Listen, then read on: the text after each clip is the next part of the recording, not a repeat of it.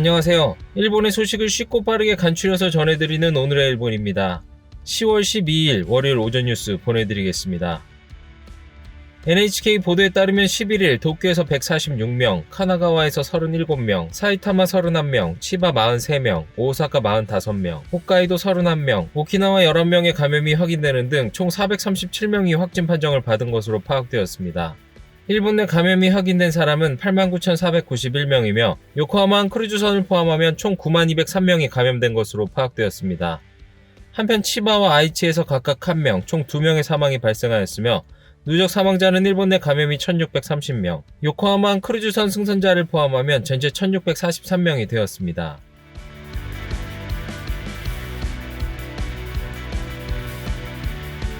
이날 도쿄에서는 146명의 신규 감염이 확인되었습니다. 10세 미만부터 80대까지의 남녀 146명이 신규 확진 판정을 받은 것으로 파악되었으며 이 중 89명은 감염 경로가 파악이 되지 않거나 조사 중이고 57명은 기존 감염자의 밀접 접촉자로 확인되었습니다. 연령대로는 20대에서 30대가 총 72명으로 전체의 약 49%, 40대에서 50대는 총 41명으로 약 28%로 나타났습니다.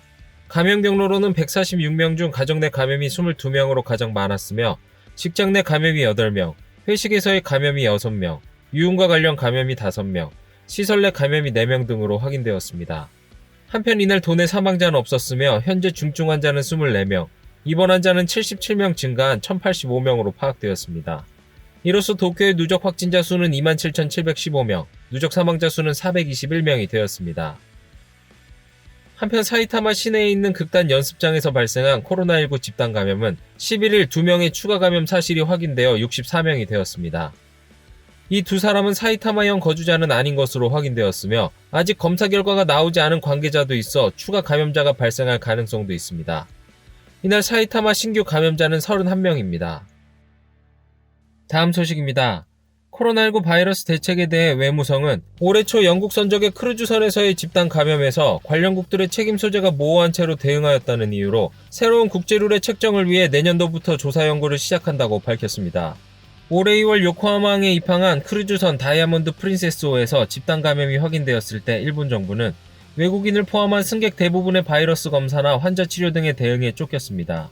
이 크루즈선의 배의 국적인 선적은 영국으로 미국의 선사가 운항하고 있었지만 정부는 방역상의 필요성으로 대응하였습니다. 외무성은 관련국들의 책임 소재가 애매하여 국제룰의 허점이 드러났다고 판단하여 관련국의 책임과 필요한 대응을 명확하게 하기 위한 새로운 국제룰 제정을 위해 조사 및 연구를 시작할 방침을 정하였으며 내년도 요구 예산안에 이를 위한 비용으로 4천만 엔을 포함시켰습니다. 외무성은 국제법을 아는 전문가나 싱크탱크에 위탁하고 과제를 정리한 뒤 새로운 룰의 방안을 정리하여 국제회의 등에서 제기할 예정입니다. 다음 소식입니다. 학문의 자유 침해 논란이 일고 있는 일본 학술회의의 임명에 대해 스가 총리가 기자회견에서 105명의 추천자 명단을 보지 않았다고 한 발언에 문서 조작과 불법성의 지적이 잇따르고 있습니다.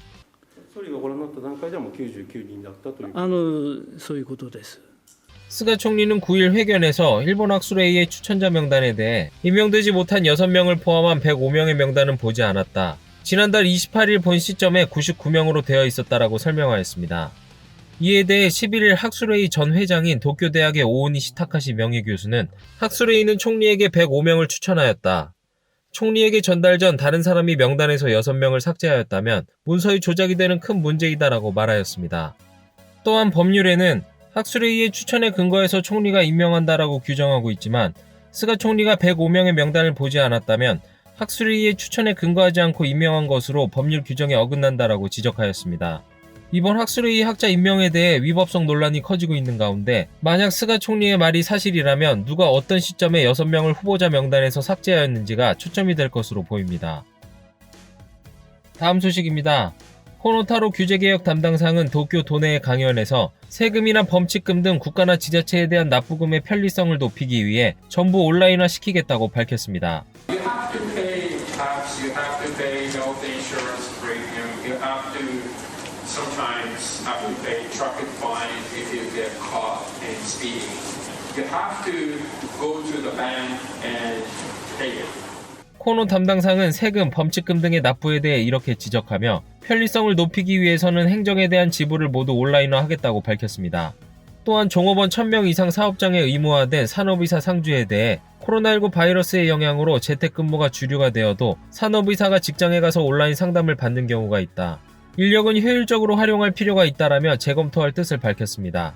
코노 씨는 늦어도 완벽함보다 빠르게 대응하고 틀리면 사과하고 방침을 변경하는 것이 요구되고 있다. 실패한다면 내가 모두 책임을 진다라며 규제개혁은 실패를 두려워하지 않고 속도감을 가지고 진행해야 한다라고 강조하였습니다. 다음 소식입니다. 스가 내각의 주요 정책 중 하나인 불임치료 보험 적용에 대해 타무라 노리이사 후생노동상은 TV토론 프로그램에 출연하여 보험 적용 확대 전 지원 방안 확충에 대해 빠른 결론을 내겠다는 의지를 나타냈습니다. 이 중 타무라 후생노동상은 불임치료의 보험 적용에 대해 병원 의료기관에서 만든 자체 기술도 있어 전부 보험 적용할 수 없다. 어디까지 보험을 적용할지, 보험진료와 조합이 가능한 보험의 병역 요양에 넣을지를 포함하여 제대로 제도 설계해야 한다라고 말하였습니다. 所得制限730万っていうのは、これだんだん上限上げてきたんですけれども、ご夫婦で働いておられると、都市部ですとですね、もう730万超えられるっていうのはもう結構普通におられる。どのように広げていくのか、事実婚というのをどうするか、早急に議論をしてですね、結論を出してまいりたい。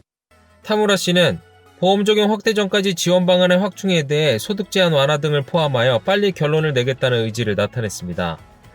또한 불임 치료를 제대로 할 수 있는 환경 정비에 대해서도 후생노동성과 내각부에서 논의의 장을 만들어 일자리 환경 정비를 시급하게 진행시키겠다라고 말하였습니다.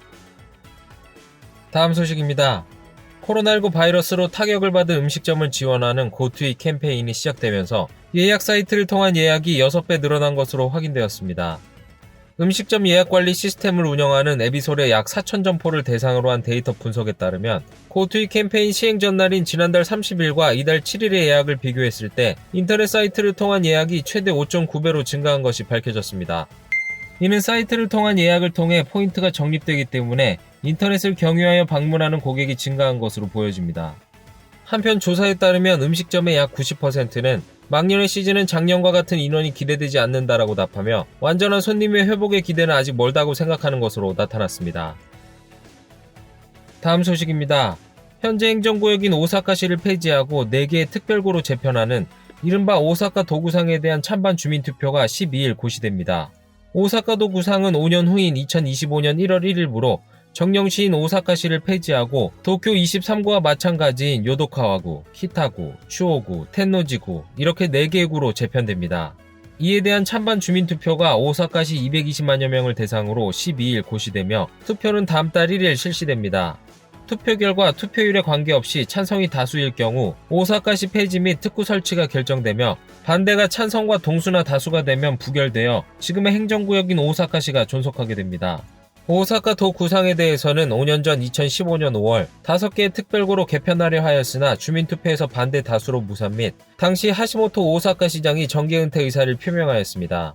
오사카 도구상에 대해서는 오사카 유시네 및 공명당은 찬성하고 있으나 자민당과 공산당은 반대 입장을 고수하고 있습니다.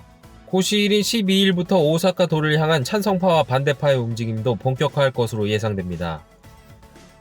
다음 소식입니다. 프로야구 한신 타이거스는 코로나19 바이러스 감염 방지 대책으로 정한 구단의 규칙을 위반하고 회식 등을 실시한 주장 이토하라 켄토 선수를 비롯한 선수와 스텝 총 11명에 대해 제재금을 부과하였다고 발표하였습니다.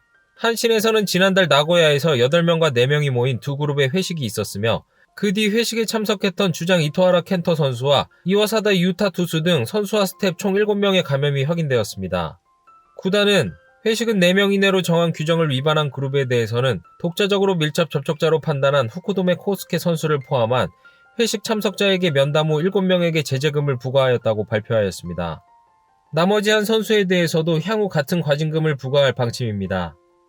또 다른 한 개의 그룹에는 규정인 투수 4명이 참가했지만 감염 대책의 배려가 부족하다라며 과징금을 부과하였습니다. 구단 측에 따르면 이 제재금은 향후 자선단체에 기부하겠다고 밝혔습니다.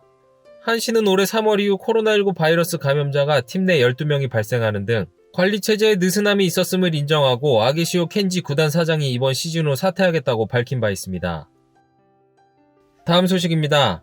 일본 경제는 전체의 수요가 공급력을 밑돌아 3년 9개월 만에 수요 부족 상태에 있다는 추산을 일본은행이 정리하였습니다. 일본은행은 일본 경제 전체의 수요와 공급력 차이를 추계하여 수급갭으로 공표하고 있으며 수요가 공급력을 넘어서면 수급갭이 플러스로 밑돌면 마이너스가 됩니다. 이에 일본은행이 발표한 올해 4월부터 6월기의 수급갭은 마이너스 4.83%로 3년 9개월 만에 마이너스가 되었습니다. 이번 마이너스 폭은 리먼 쇼크 후의 2009년 4월부터 6월기 이후 11년 만의 수준입니다. 4월부터 6월기는 코로나19 바이러스의 감염 확대로 전국에 긴급사태가 선포된 시기와도 겹치며 고용 악화나 공장 설비의 가동률이 떨어진 것 등이 영향을 미친 것으로 보입니다. 이에 전문가는 수급갭의 마이너스는 물가가 떨어지는 경향이라는 것을 나타내고 있어 일본 경제가 다시 디플레이션의 상황에 빠질 우려도 있다. 성장 잠재력을 높이는 대처가 중요하다라고 지적하였습니다. 다음 소식입니다. 이른바 취업 빙하기 세대를 지원하기 위해 일본 정부는 코로나19 바이러스에 의한 고용 악화에 대해 직장 실습의 수용 인원을 확충하는 나가노현의 사업 등 10개의 사업에 총 7천만 엔을 교부하기로 결정하였습니다. 이는 취업 빙하기 세대를 지원하는 지자체의 사업에 정부가 지원하는 교부금 제도로 3월과 7월에 이어 세 번째로 10개의 사업에 7천만 엔을 교부하기로 결정하였습니다. 이 중 나가노현은 코로나19로 인한 고용 악화로 직장 실습 수용 인원을 당초 계획의 2배인 30명으로 확충할 계획입니다. 또한 오사카부는 구직자가 공영주택에 입주하여 입주자끼리 교류를 통해 일에 필요한 커뮤니케이션 능력을 높일 수 있도록 지원할 계획입니다. 이에 니시무라 경제재생 담당상은 코로나19 바이러스의 영향으로 어려운 사람에게 더 피해가가 어려워진다라고 지적하며 지자체가 지역 실정에 따른 지원의 필요성을 강조하였습니다. 정부는 앞으로도 지자체와 상담을 하고 필요시 추가 교부를 할 예정입니다. 오늘의 일본 소식은 여기까지입니다. 오늘도 즐거운 하루 되시길 바라겠고요. 저는 또 새로운 소식으로 찾아뵙도록 하겠습니다. 시청해주셔서 감사합니다. 이그저튜브였습니다.